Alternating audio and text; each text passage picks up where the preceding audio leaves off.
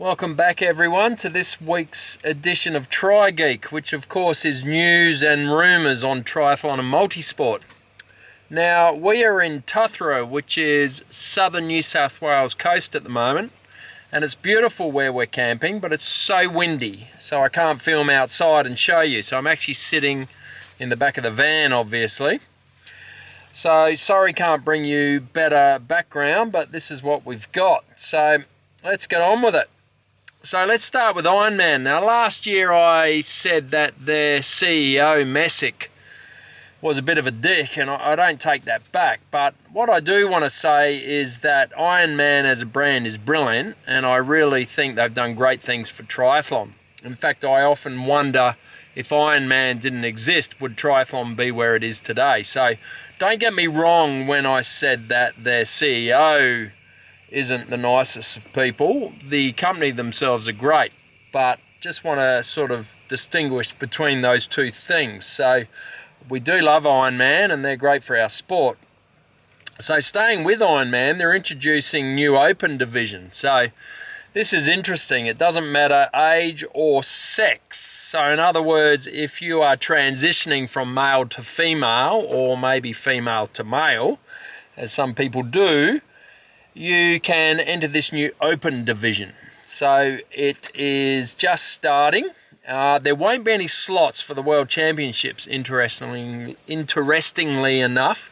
Maybe eventually, but for now there are no slots. But it's called the open division. And staying with it, transgender rules align with world triathlons. So what that means is typically if you are a male transitioning to a female, there's a couple of rules that you have to stick to before you're allowed to race as the opposite sex. So if you, as I said, male transitioning to female, you can't have raced as a male for at least 4 years. That's the first one. And also they do some kind of a test, I guess, to check how much testosterone and everything you've got. And if it's too high, you also can't race. So that's interesting that they're going down that road, but that's in all sports nowadays. So that's Ironman, what they're doing. Shoes. So there's been a new rule with shoes with over 40 mil stack height are banned, and only a single carbon plate is allowed. Now this stems back to what Gustav won Ironman on. He had these prototype on shoes with a huge stack. I don't know how many carbon plates were in it, but it's a new rule. So 40 mil, that's it. That's the maximum you're allowed to have, and one single carbon plate, because I know there's some shoes getting around with double plates and all these fancy things. So that is now officially a rule, and it makes you wonder, and here's the question for the week: if Gustav didn't have those prototype on shoes, would have he still won Ironman? So give me your thoughts on that. Would have he still won, or was it because of the shoes? I know what I think, but give me your perspective on that one. PTO. So the PTO have changed their rules, and it's the way that they now have their point system so they have their rankings in the world.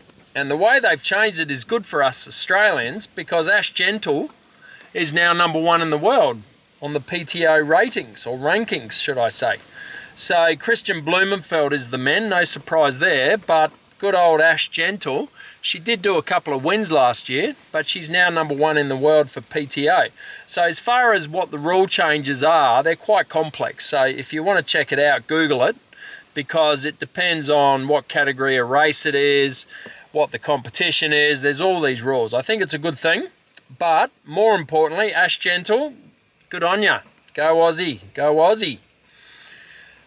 Tweed Enduro was last weekend. Now the Tweed Enduro is on the northern New South Wales coast, almost on the border of Queensland, and it's a half iron distance race.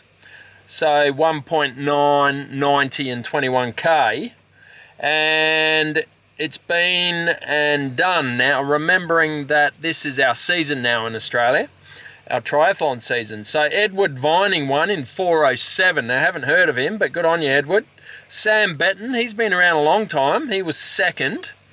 and Daniel Patterson was third. So there you go for the blokes. In the women's field, now Laura Dennis won it in 4:13, and our favourite Lauren Hume was second. Catherine Crosh was third. Now, there's a little bit of controversy about this Laura Dennis winning, and by that she may have not stuck to the course on the run, is the rumour. Whether that's true, I don't know, but it was actually Lauren's first professional race and she got second. So what actually happened with the girl that won it, who knows? But that's the news going on there. But good on you, Lauren, we're proud of you.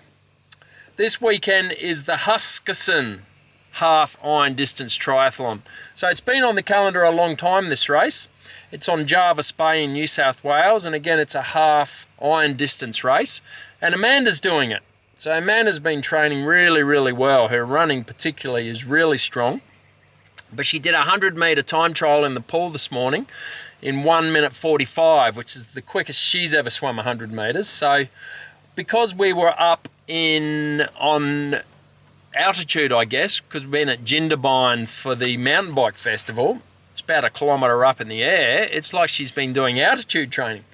So now we've come back to sea level. It'll be interesting to see if anything, actually, if that has anything to do with her going so well. But I predict she's going to have a great race. So that's this weekend.